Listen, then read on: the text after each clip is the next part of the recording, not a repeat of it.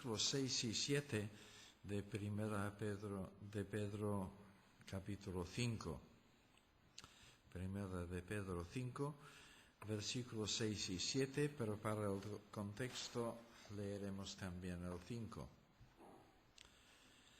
Igualmente, jóvenes, estad sujetos a los ancianos, y todos vosotros revestíos de humildad los unos para con los otros, porque Dios resiste a los soberbios y da gracia a los humildes. Sed humillados, pues, bajo la poderosa mano de Dios, para que os exalte a su tiempo, echando toda vuestra ansiedad sobre Él, porque Él tiene cuidado de vosotros. Pedro está concluyendo su epístola con una serie de exhortaciones a las congregaciones de Turquía a las que está escribiendo. Estas congregaciones están bajo ataque, están viviendo situaciones de persecución y por lo tanto las exhortaciones finales contemplan esta situación dura de los hermanos y debemos entenderlas en este contexto. Cuando arrecian las persecuciones, esto crea tensiones en nosotros. Estamos viviendo un poco en vilo a la espera de las cosas que pueden ocurrir. Y como ocurre muchas veces, cuando estamos en tensión, los que más sufren de nosotros son los más allegados. Cuando en la familia hay ataques de fuera, entonces quien paga la factura son nuestros hijos o nuestros cónyuges. Y en la iglesia también la crispación de la oposición puede fácilmente provocar tensiones, irritabilidad que afecta a nuestras relaciones con los hermanos. Por tanto, la primera exhortación de Pedro se ha centrado en la necesidad de humildad en nuestra convivencia fraternal. Los ancianos, aunque ejercen gobierno en nombre del Señor, sin embargo, tienen que hacerlo no de una manera impositiva, tiránica, sino por medio de la ejemplaridad. El no enseñorear de la grey es una manera de frenar la soberbia y practicar la humildad. Los jóvenes deben someterse a la autoridad, otro ejemplo de humildad. Y finalmente, en cuanto a este primer punto, Pedro dice: todos vosotros revestíos de humildad.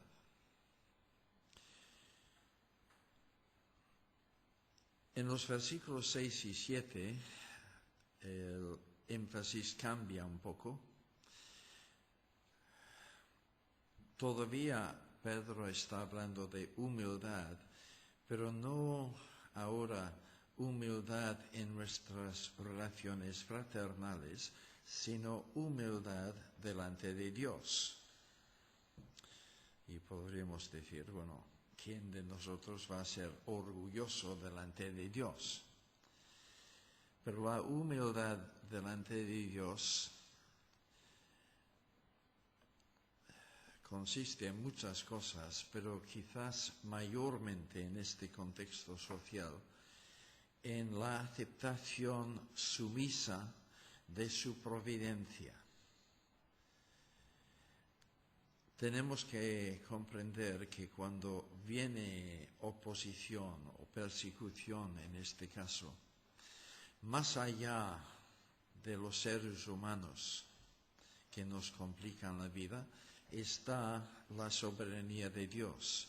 Dios está utilizando todas estas cosas según sus designios para nuestra edificación, santificación y maduración. Pero esto cuesta inicialmente. Humillarnos delante de Dios es aceptar esta soberanía suya, reconocer que Él tiene propósitos que cumplir, aun en medio del sufrimiento y la persecución, y por lo tanto dejamos nuestra causa en sus manos y aceptamos su providencia. Al final del versículo 5, Pedro ha citado de Proverbios: Dios resiste a los soberbios y da gracia a los humildes. Pero esta cita no establece delante de quién hemos de mostrar humildad. Por lo tanto, sirve perfectamente de nexo entre la humildad en las relaciones humanas y la humildad en la relación con Dios. Es decir, sirve de nexo entre los versículos 1 a 5 por un lado y los versículos 6 a 7 por otro.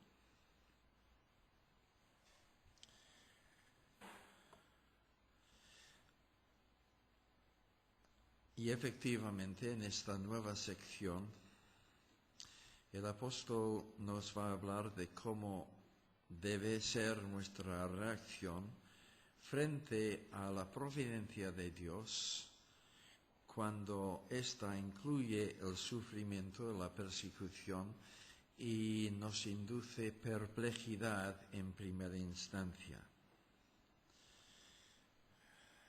Cuando arrecia la persecución, nuestra primera preocupación no debe ser, o nuestra primera reacción no debe ser permitir que los ataques de fuera causen grietas internas en la congregación, versículos 1 a 5. Pero tampoco debe permitir que nosotros nos angustiemos ante Dios ni tengamos dudas en cuanto a su control providencial.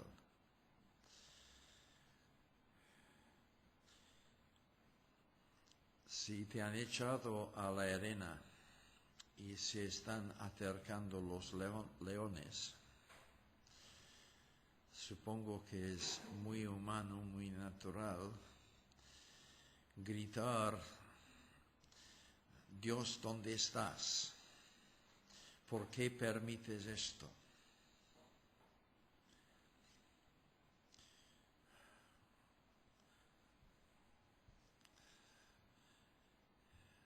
El otro día recibimos el regalo de DVDs de la serie Los Tudor. ¿Alguien ha visto Los Tudor en televisión? No lo recomiendo. Es una excusa histórica para muchas escenas de cama. Pero hacia el final de la serie hay una escena muy potente. Santo Tomás Moro, que no era muy santo, él se dedicó a extirpar la herejía protestante y torturaba a creyentes evangélicos en el sótano de su casa. Pero en la película él se encarga de quemar a la hoguera a un luterano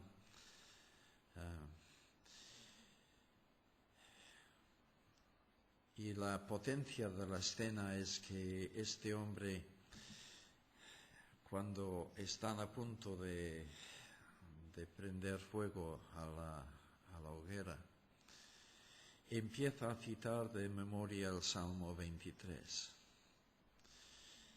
Se encienden las llamas y empiezan a tocarle, y entonces en medio de su dolor grita las palabras del Salmo. Es una afirmación de su plena confianza en la soberanía de Dios y en que Dios los sacará finalmente a salvación. Y por eso es una escena tan potente. Además, con firme base histórica. Pero claro, nuestra tendencia humana natural, cuando empiezan a quemarnos las llamas, sería gritar: Dios, ¿dónde estás? ¿Por qué permites esto? Y dudar fuertemente de la realidad de Dios, de su existencia siquiera. Frente a esta reacción tan humana, Pedro nos está diciendo que necesitamos humildad. La humildad de reconocer que los caminos de Dios son más altos que los nuestros, que sus pensamientos, es decir, su manera de ver las cosas, de obrar las cosas, trascienden a nuestra capacidad para comprender. No debemos dudar de su bondad ni cuestionar las circunstancias que Él permite en nuestras vidas, sino someternos a ellas con confianza y humildad.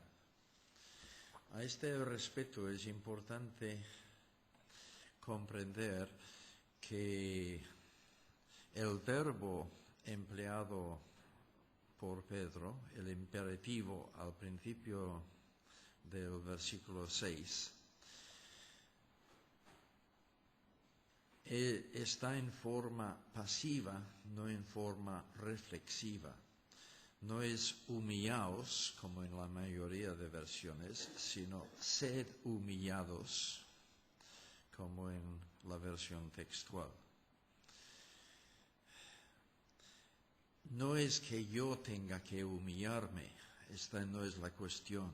Dios me está humillando, Dios me está sujetando a circunstancias que no me gustan, a la persecución, quizás a la enfermedad, quizás a la pérdida de un ser querido. Yo no tengo necesidad de humillarme, pero tengo que afrontar correctamente la humillación que Dios está introduciendo en mi experiencia. Sed humillados, casi quiere decir aceptad confiadamente la humillación que Dios está introduciendo en tu experiencia. Pedro ya nos ha enseñado que puede muy bien ser la voluntad de Dios que suframos diferentes situaciones, entre ellos la persecución durante un tiempo. Lo ha dicho explícitamente en 3:17. Ha dicho también que el sufrimiento no es anormal, sino necesario, capítulo 1, versículo 6.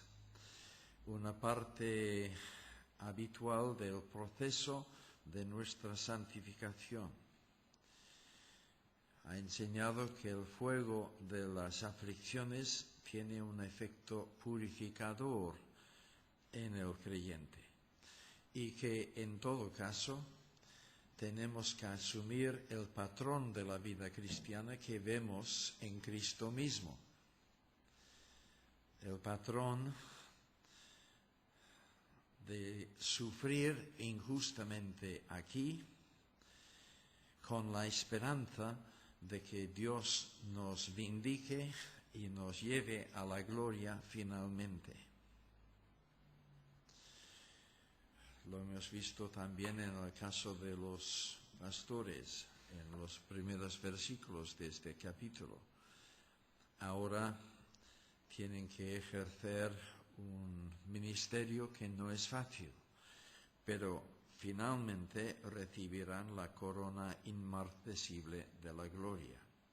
Así que en varios momentos Pedro ya ha establecido sufrimiento aquí, gloria allí. Y este es el patrón que necesitamos asumir como creyentes. Cuando vengan los sufrimientos, entonces, no es cuestión de reaccionar ante ellos con enfados, con protestas, ni siquiera con perturbación, sino con esta confianza y humildad de espíritu. Debemos humillarnos bajo la poderosa mano de Dios, sometiéndonos humildemente a su providencia.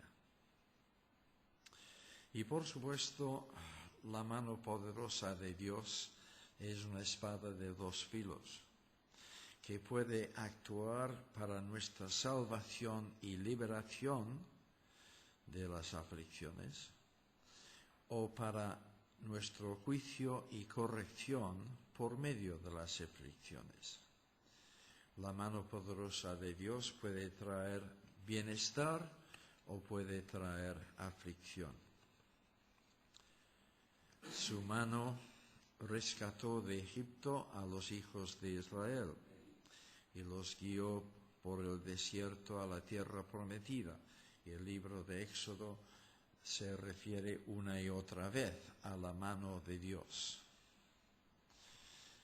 Igualmente, el libro de Esdras se refiere a esta mano,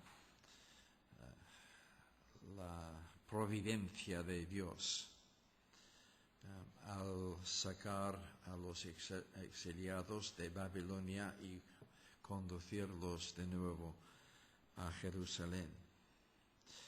Pero la misma mano poderosa que significó liberación para los hijos de Israel, significó destrucción para los egipcios.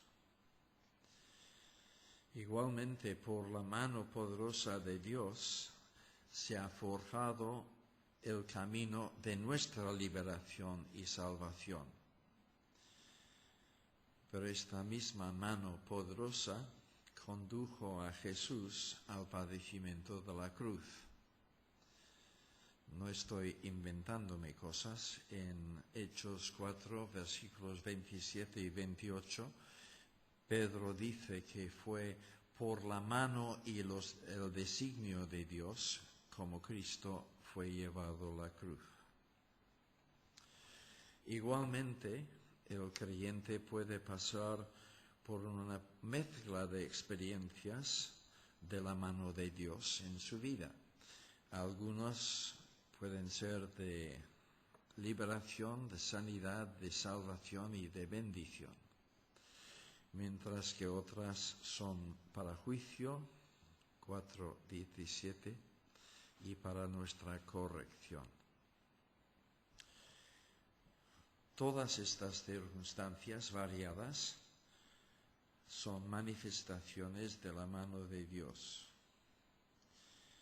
Para algunas de ellas, al ser placenteras, las recibimos con gozo y gratitud, mientras que otras provocan en nosotros reacciones inmediatas de resistencia y rechazo. Momentos en los que necesitamos someternos y ser humillados, lo cual solo es posible si somos creyentes de verdad. Yahvé dio y Yahvé quitó. Bendito sea el nombre de Yahvé.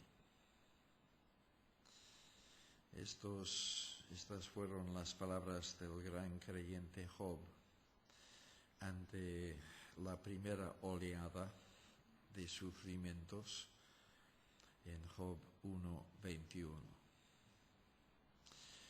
Y después de la segunda oleada, él dijo a su esposa en Job 2, versículo 10, si recibimos de Elohim el bien, ¿no hemos de aceptar también el mal? La mano de Dios obra en las dos direcciones. Nos regocijamos por las bendiciones, somos humillados, aceptamos humildemente las manifestaciones difíciles.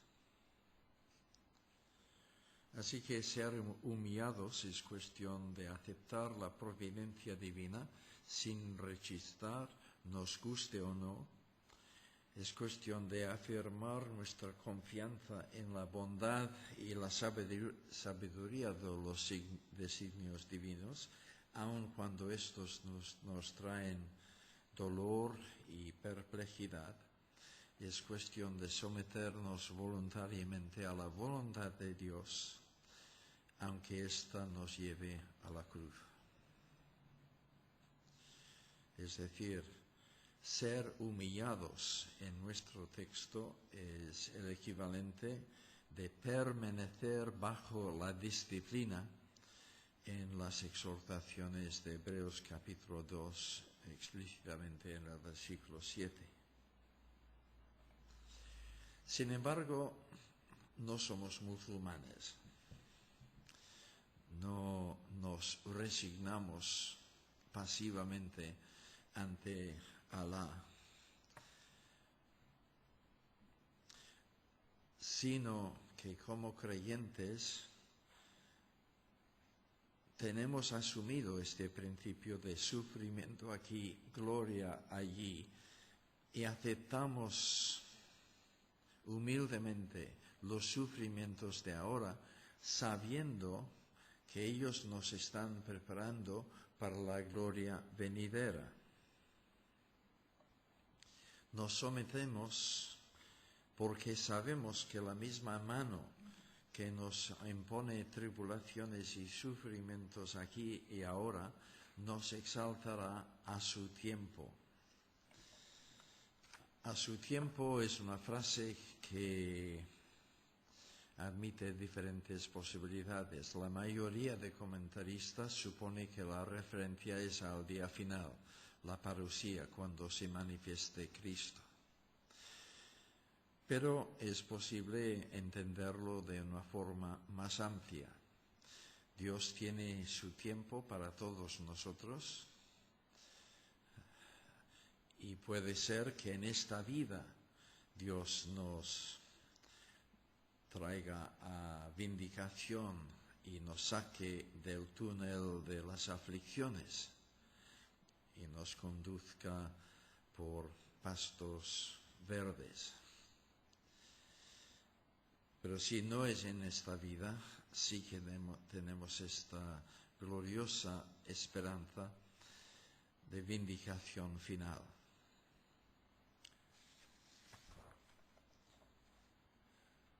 Este principio de sufrimiento aquí, gloria allí, lo encontramos a lo largo de la Biblia.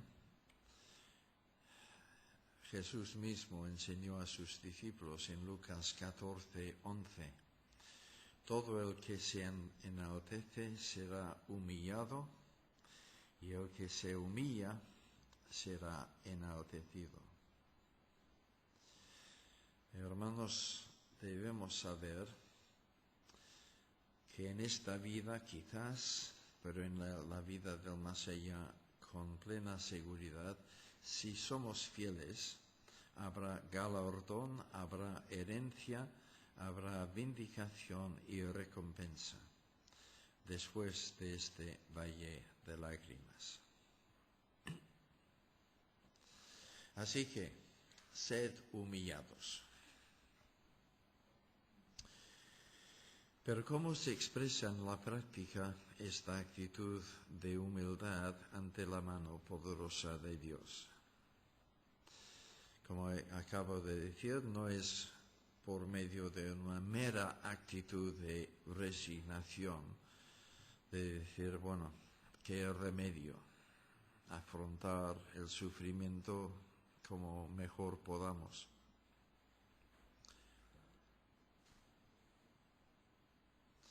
Si Dios es el que gobierna nuestras circunstancias, también es cierto que Él es capaz de comprendernos, de consolarnos en medio de nuestras reacciones de ansiedad y dolor, y que por lo tanto ser humillados debe conducir a la práctica de echar nuestra ansiedad sobre Él, porque Él tiene cuidado de nosotros. Es importante mantener la estructura de estos versículos. Varias de las traducciones actuales ponen un punto al final del versículo 6 y convierten el participio del versículo 7 en un otro imperativo: echad vuestra ansiedad sobre Él. Pero así pierden la vinculación. Pedro está diciendo, sed humillados echando. Echando es la forma práctica en la que expresamos nuestra humillación o nuestra aceptación de la humillación. El verbo echar es un verbo gráfico que indica una acción consciente y deliberada.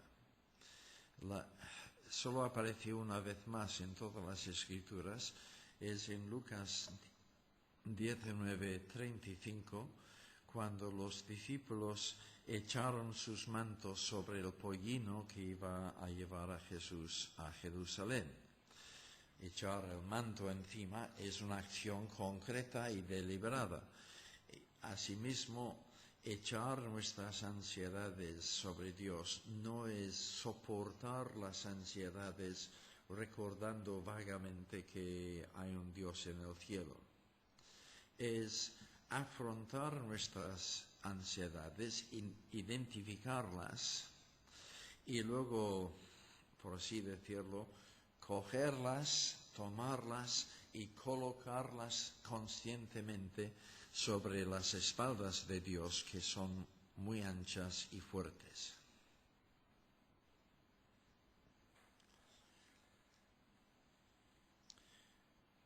Muchas veces es imposible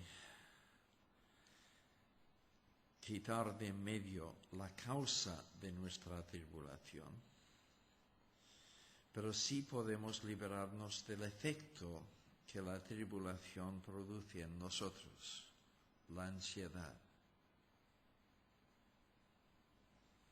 Esto mismo es lo que Jesús enseñaba a los discípulos en el contexto de la ansiedad a causa de la precariedad material de la vida, en la segunda mitad del capítulo 6 de Mateo.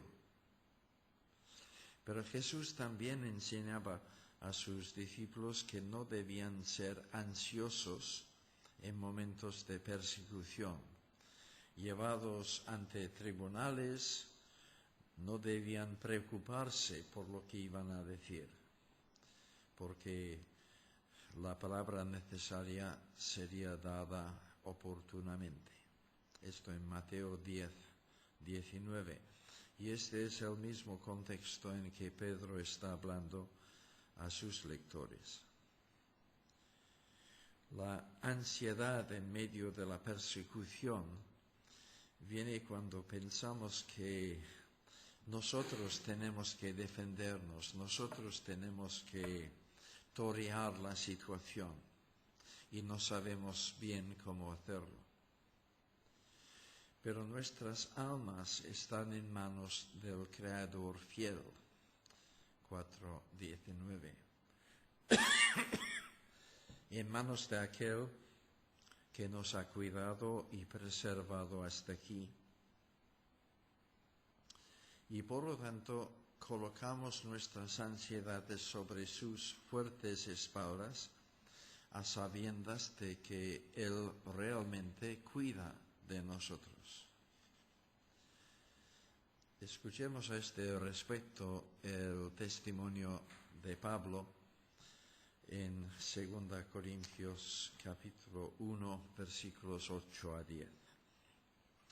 Hermanos, no queremos que ignoréis acerca de la tribulación que nos ocurrió en Asia, donde fuimos abrumados mucho más allá de nuestras fuerzas, hasta el punto que perdimos aún la esperanza de sobrevivir.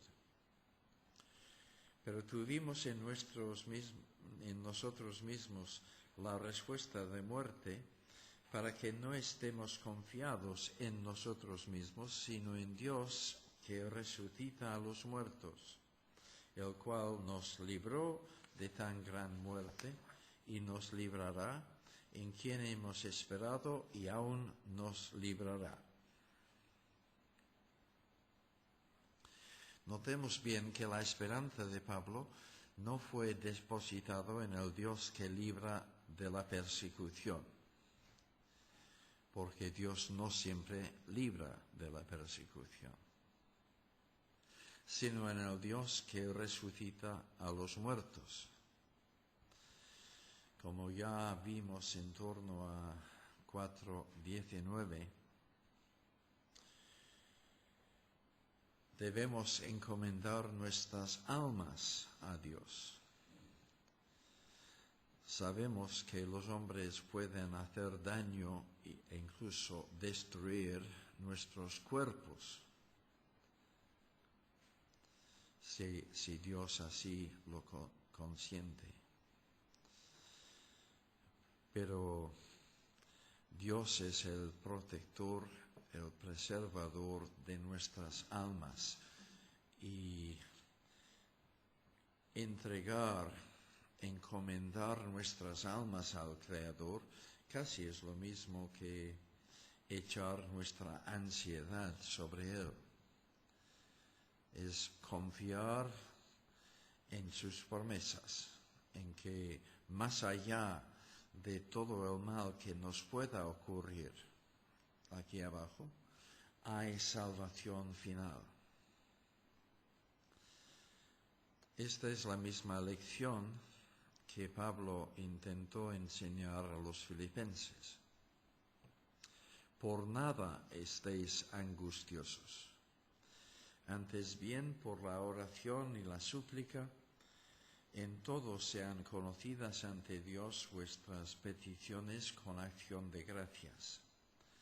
Y la paz de Dios, que sobrepuja todo entendimiento, guardará vuestros corazones y vuestros pensamientos en Jesús el Mesías.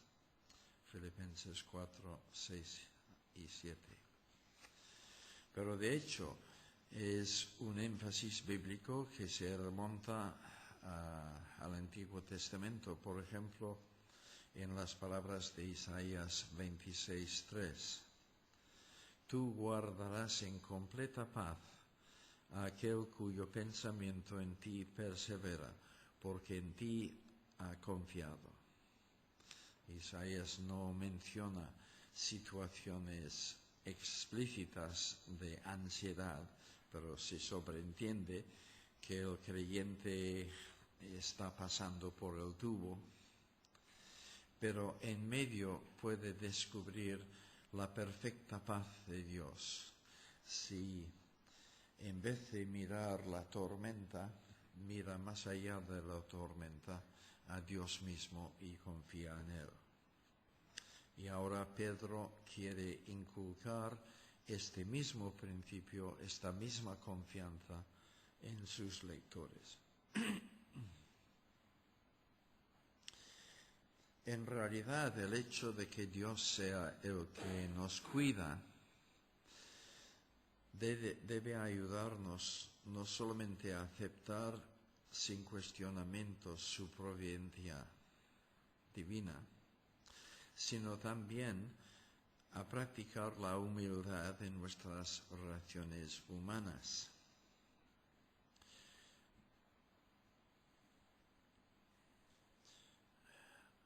Nuestra tendencia carnal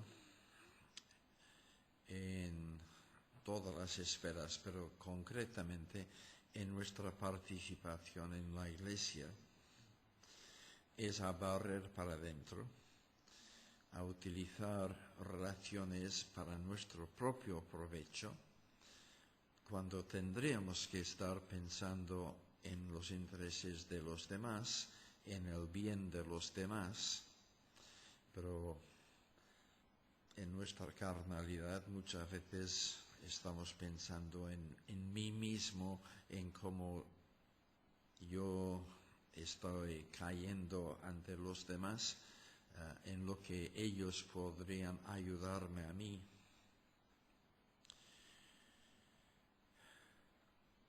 Somos seres egocéntricos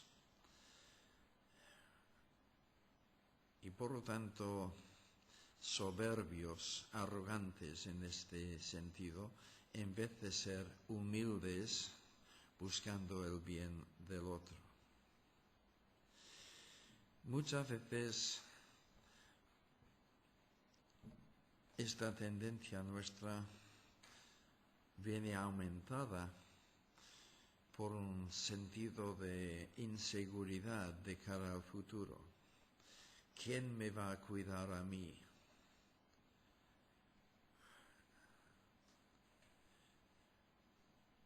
Lo que puede romper con este círculo vicioso es la plena confianza en que Dios cuida de mí. Dios es mi cuidador y en esto confío. Y de hecho la experiencia de la vida nos demuestra que esta confianza en Dios es la única solución viable a nuestras ansiedades. Algunos conocéis mi testimonio de cómo el Señor me llamó a España y yo me resistía sencillamente porque yo necesitaba poder controlar mi propia vida a causa de mis muchos temores. Yo era una persona muy tímida. El Señor ha utilizado España para cambiarme un poco, pero tenía mucho miedo a la gente, mucho miedo al futuro, a muchas cosas, y necesitaba controlar todo para sentirme seguro. Yo quería servir al Señor, pero servirlo desde la plataforma de mi propio control de las situaciones. Por eso, en vez de venir a España, yo quería seguir con mis estudios en Inglaterra, conseguir el título de magisterio y por lo tanto conseguir un trabajo de funcionario con salario garantizado toda la vida. Entonces yo podría comprarme una casa, un coche, todo lo que Dios manda y así establecer un hogar, casarme, tener 3 hijos, por ejemplo, y desde aquella burbuja de mi propia creación, entonces yo serviría al Señor a mi manera. Yo me veía como ayudando con los jóvenes de la iglesia. Quizás con el tiempo, ya había empezado a predicar, pero seguir con este ministerio de predicación, de enseñanza, quizás un día llegar a ser anciano de la iglesia, pero siempre desde mi situación controlada. Y venir a España para mí era tener que romper toda mi seguridad y dar un salto al abismo. No porque España fuera un abismo, sino porque salir de mi propio autocontrol era saltar al abismo. Finalmente obedecí la dirección de Dios, porque Dios me dejó tan clara cuál era su voluntad, que habría sido una desobediencia muy descarada no haber obedecido. Y desde entonces es como si Dios me dijera: tú creías que controlando tú tus circunstancias tendrías garantías de cara al futuro. Y el Señor colocó en el gobierno de Inglaterra a la señora Thatcher. Lo sé porque Dios es el que coloca a reyes y quita a reyes, conforme a las Escrituras. Así que Dios puso a la señora Thatcher allí y ella tomó medidas para que los funcionarios nunca más tuviesen trabajo y salario garantizados toda la vida. Algunos amigos míos que también habían estudiado magisterio para tener un trabajo fijo y seguro, se encontraron en el paro. Y yo, en la España profunda, arropado por la providencia de Dios. Son lecciones que necesitamos aprender. La única seguridad en la vida está en Dios mismo. Y somos tontos si intentamos crear nuestras propias seguridades.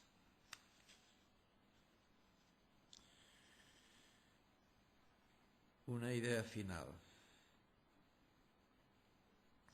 El versículo 7, aunque no aparece como tal en nuestras versiones, de hecho es prácticamente una cita del Salmo 55, versículo 22. En nuestras versiones dice algo así como: echa sobre Yahvé tu carga y Él te sustentará. Enseguida vemos que no es muy diferente de echar toda nuestra ansiedad sobre Él, porque Él tiene cuidado de vosotros. En la versión griega es un poco más similar aún, porque donde el hebreo dice carga, la versión griega dice ansiedad.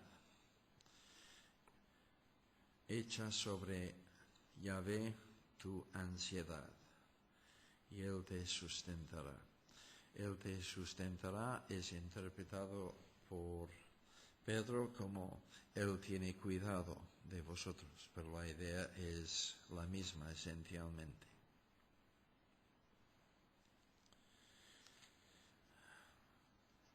Los traductores pusieron ansiedad en vez de carga, porque carga, empleada metafóricamente, como en este caso, se refiere precisamente a nuestras preocupaciones, inquietudes, temores, todos aquellos asuntos que nos causan ansiedad. Así pues, De la misma manera que Pedro remató su instrucción del versículo 5 con una cita del Antiguo Testamento, ahora remata su instrucción de humillarnos ante Dios por medio de una cita de los Salmos. Primera instrucción: todos vosotros revestíos de humildad los unos para con los otros.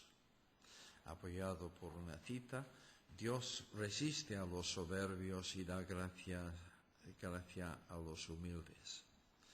La segunda instrucción, la de hoy: sed humillados bajo la poderosa mano de Dios para que Él os exalte a su tiempo. Segunda cita: echando toda vuestra ansiedad sobre Él, porque Él tiene cuidado de vosotros. Así pues, hermanos, ¿dónde estamos?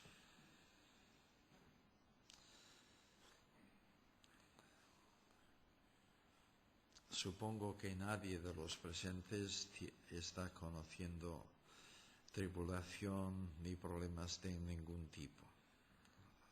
La vida es un lecho de rosas, ¿verdad?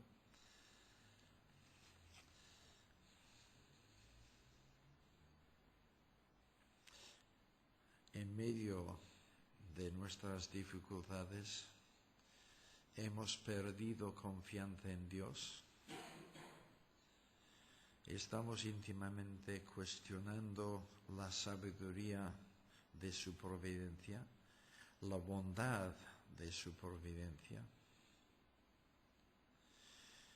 Íntimamente estamos diciendo: si yo fuera Dios, lo haría mucho mejor, porque yo entiendo mucho mejor que Dios lo que me conviene.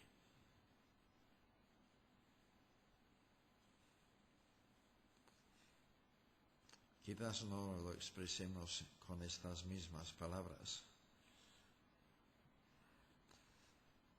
pero creo que es muy fácil tener estas actitudes.